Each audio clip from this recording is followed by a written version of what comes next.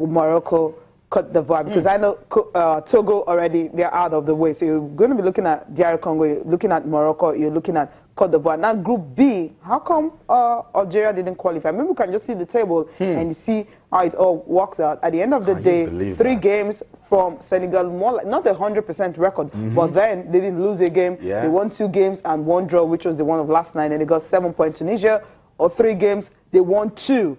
And of course, they drew 1, so it was a good one for them. Algeria, well, they did not win a game, 2 draws, and a loss, and they ended up with 2 points, and they just couldn't go through.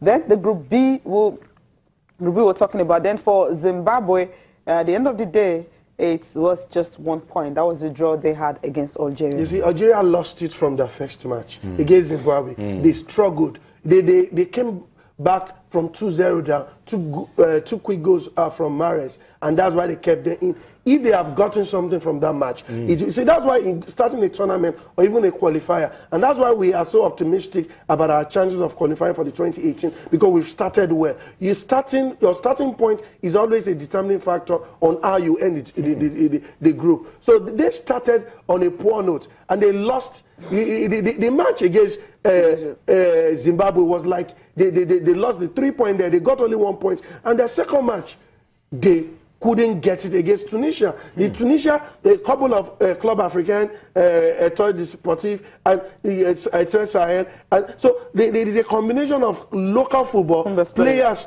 who understand themselves, and when they got to the crucial stage, which is the Northern Derby, they knew how to get it. They got it better, 2-1 against the Algerians, and Algerians had to wait and start waiting for permutation there, and that's what calculations like we like to do in Nigeria. At the end of the day, their calculation couldn't come up for them because they have their destiny in their own end. But that's why we saw Senegal did what they needed to do. Yeah, even win or lose that game, they would have qualified. They already qualified. They had 6 points. Yeah, you know what happened, Cecilia, Toby?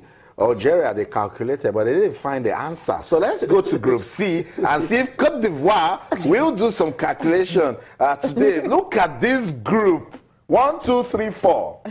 Very open. Very open. For DR Congo, they won a match and they drew 1. 4 points for them. What they just need to do, and so the way God has blessed them, they are playing against Togo. Just kill it. A draw for them is good. They don't need to do anything. Just get a draw. Just pack the bus like Mourinho used to do. Pack the bus and you get your 1 point. 5 points, you're safe. Then it is not left for Morocco and Cote d'Ivoire to determine their fate. Both teams have their destiny in their hands. Morocco, they have an advantage because even with a draw, they have 4 points.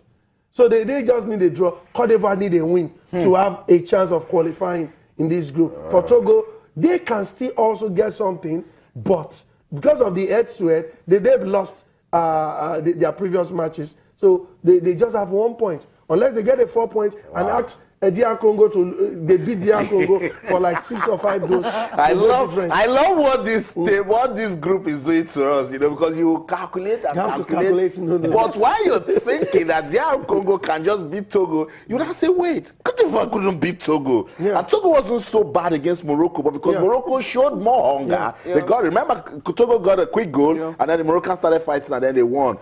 The Togolese lost. They lost many scoring chances. They had the opportunity to kill the game, but they didn't just come to the party, and that's why they are paying for those wasting. And that's why they are there. Their first game, they did very well. Very well against the Cote d'Ivoire. And I love football. A lot of people the first goalless game of the tournament. Yeah, a lot of people were saying, can a defending champion qualify from this group? Today, we will see whether they will be able to pass through the group stage. The group wasn't as difficult as you have in Group B, because everyone said when we saw that Group B, we said that's Group of Death. When you have Senegal, Tunisia, Algeria, the 3 of them, who's going to go out, But Group C, DR Congo, Morocco, Cote d'Ivoire, Togo. DR Congo has like club football also helping them.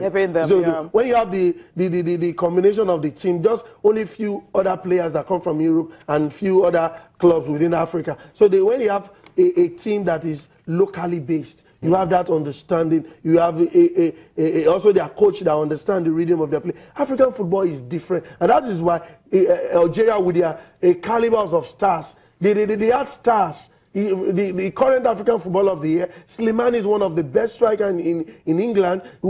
Their combination and other players playing in Porto, playing everywhere, but they couldn't just qualify from the group. Why? So it doesn't count. African football. Thank you, Cecilia. Thank you, Toby. And while you stay here and think that Togo can still be the whooping team today, I'll say no, because Claude Leroy knows the R Congo. Great. And Claude Leroy is the coach of Togo. Great. And Claude Leroy told his team, at this competition, we're just coming to learn. And they did that against Cote d'Ivoire. So today against Congo DR, Claude Leroy will tell them, come, I know this team, believe. You might just beat them. Definitely, they have nothing to lose. Okay. They have nothing to lose. What they just want to do, like I said, psychologically. How many goals can they score? 5? It's possible. It's possible. It's the last group game. We saw yesterday 4-2. Yeah. It started 6 gradually. goals. Yeah. 6 goals in a match. And then the other one, 4 goals. In a tournament, the first 3 matches were draws. Who are you guys that are going to score the goals? I mean, where? Togo. I've seen how wasteful they've been. Don't worry, Cecilia. Today you start. When they get into the penalty area, it's as if they don't know what to do with the ball, and that's no. Another thing that worked against them, when you're playing against the North Africans are very quick and sharp. They play typically European style, and you're playing a physical team. That's why Cote d'Ivoire struggled against Togo, because physical football, strength for strength, techniques for technique, and tactical approach. Both of them have it for them. Some of them they have some professionals also. They might not play in big team, but they want to make a team. When you play, it's like Nigeria play against Ghana, Nigeria play against Cameroon. There is this rivalry about them. So when Cote d'Ivoire today will be playing against Morocco, now it's African football against West African football against North African football. So it is how you get it. And remember, the coach that won it for Cote d'Ivoire is the coach. No, I love this. I love this. He's the coach of Morocco. Now. Oh my God. And he knows the team. There you go. So Cecilia, I love what he's doing to you. So now you cannot understand. That's what I'm asking you. That's what I'm asking, because I know, okay, Hebrenan, from Morocco, from Cote d'Ivoire, He won it for Zambia. He won it for Cote d'Ivoire. Now he said he's coming on a third project. Wanted to set a record, and he has the opportunity to do that today. AFCON defending champion. Yeah.